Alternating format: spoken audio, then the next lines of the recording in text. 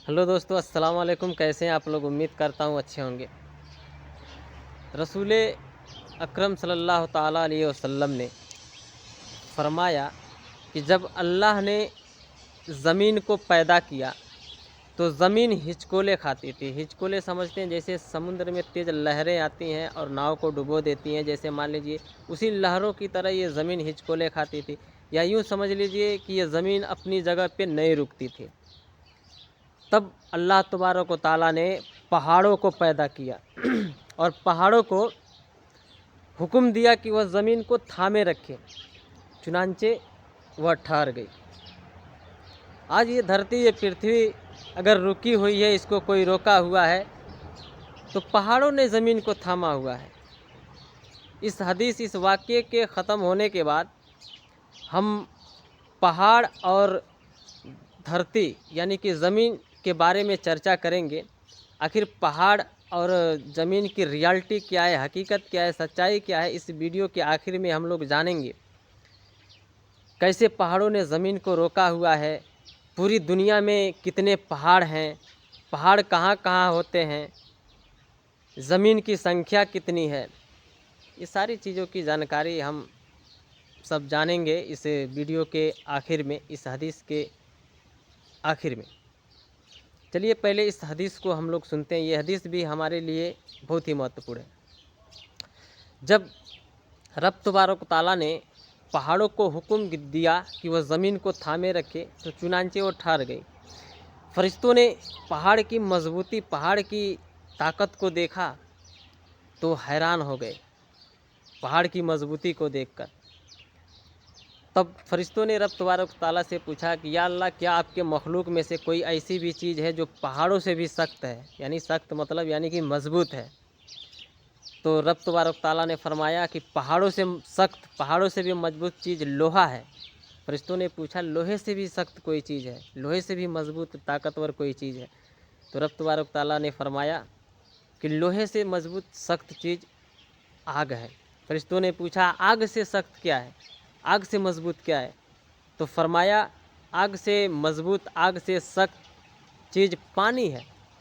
फरिश्तों ने पूछा, पानी से सख्त चीज़ क्या है? तो फरमाया, पानी से सख्त चीज़ हवा है। तो फरिश्तों ने फिर पूछा कि क्या हवा से भी सख्त, हवा से भी मजबूत कोई चीज़ होती है? तब रब तबारक व ताला ने फरमाया, हवा से सख्त, हवा से मजबूत चीज़ वह है कि जब कोई आदमी, जब कोई बंदा, जब कोई इंसान अपने दाएं हाथ से सदका दे और बाएं हाथ को खबर तक ना हो। अब सदका किसे कहते हैं? जैसे मान लीजिए सदका उसे कहते हैं जैसे हम अपने माल, रुपए, पैसे, धन में से कुछ हिस्सा निकाल कर जब हम अल्लाह की राह में खर्च करते हैं, या किसी गरीब या किसी बेसहारा या किसी यतीम या किसी ज़रूरतमंद को देते हैं, दान करते हैं, उसी को सदका कहते हैं। सदका के बहुत बड़े बड़े फ़ायदे हैं। सदका देते रहने से आने वाले मुसीबतें, आने वाले बलाएँ भी टल जाती हैं। सदका के बड़े बड़े फ़ायदे हैं। सदका देने से बीमारियां भी, कुछ बीमारियां सदका देने से ही ख़त्म हो जाती हैं। सदका जिस चीज़ का भी देते हैं हम लोग, उस चीज़ में इजाफ़ा होता है, उस चीज़ में बढ़ोतरी होती है। जैसे मान लीजिए कि किसी को नॉलेज, किसी को तालीम, किसी को ज्ञान देने से ज्ञान कम नहीं होता, बल्कि उसमें और ज़्यादा बढ़त होती है। उसी तरह सदका है, सदका देने से माल कम नहीं होता बल्कि और ज़्यादा बढ़ता है। सदका के बड़े बड़े फ़ायदे होते हैं। सदका के बारे में आप पढ़े लिखे, ज़्यादा पढ़े लिखे उलमाए कराम से सदका के बारे में आप जान सकते हैं, समझ सकते हैं। सदका में वो शक्ति होती है, वो पावर होती है। सदका देते रहने से मुसीबतें आने वाली जो होती हैं वो टल जाती हैं। सदका के बड़े बड़े फ़ायदे होते हैं। जैसे मान लीजिए हमने किसी के ऊपर एहसान किया और उसको जता दिया कि मैंने तुम पर एहसान किया, तो हमारा एहसान वहीं पे ख़त्म हो जाता है। उसी तरह सदका है। सदका अगर हम किसी को देते हैं, पब्लिकली शो करते हैं, पब्लिकली दिखाते हैं, तो हमारा सदका भी वहीं पे ख़त्म हो जाता है, उसका लाभ, उसका फ़ायदा नहीं होता। तो सदका इस तरह दें, अपने दाएं हाथ से दें और बाएं हाथ को खबर तक ना हो, यानी कि पब्लिकली उसको शो ना करें, किसी को बताएं ना, किसी को दिखाएं ना, ना जताएं, तो सदका का हमें फ़ायदा होगा। सदका के बड़े बड़े फ़ायदे हैं। आप पढ़े लिखे, ज़्यादा पढ़े लिखे लोगों से सदका के बारे में जान सकते हैं। اب آئیے چلیے شروع کرتے ہیں پہاڑ اور دھرتی کی ریالٹی کو، پہاڑ اور زمین کی حقیقت کیا ہے۔ مجھے نہیں پتا تھا کہ پہاڑوں نے ہی زمین کو تھاما ہوا ہے، روکا ہوا ہے۔ جب میں نے اس واقعے کو پڑھا تو مجھے معلوم ہوا کہ واقعی زمین کو پہاڑوں نے ہی روکا ہوا ہے۔ جب میں نے پھر سوچا کہ اگر پہاڑوں نے ہی زمین کو روکا ہوا ہے تو دھرتی کافی بڑی ہے، تو پہاڑ بھی بہت زیادہ ہوں گے۔ تو میں نے یہ جاننے کی کوشش کی کہ پوری دنیا میں کتنے پہاڑ ہیں۔ تو پھر میں نے گوگل اے آئی سے پوچھ لیا۔ میں نے سوچا کہ گوگل اے آئی کو ہو سکتا ہے جانکاری ہو کہ دنیا میں کتنے پہاڑ ہیں۔ تو میں نے گوگل اے آئی سے پوچھا کہ کیا دنیا میں کتنے پہاڑ ہیں، پوری دنیا میں کتنے پہاڑ ہیں۔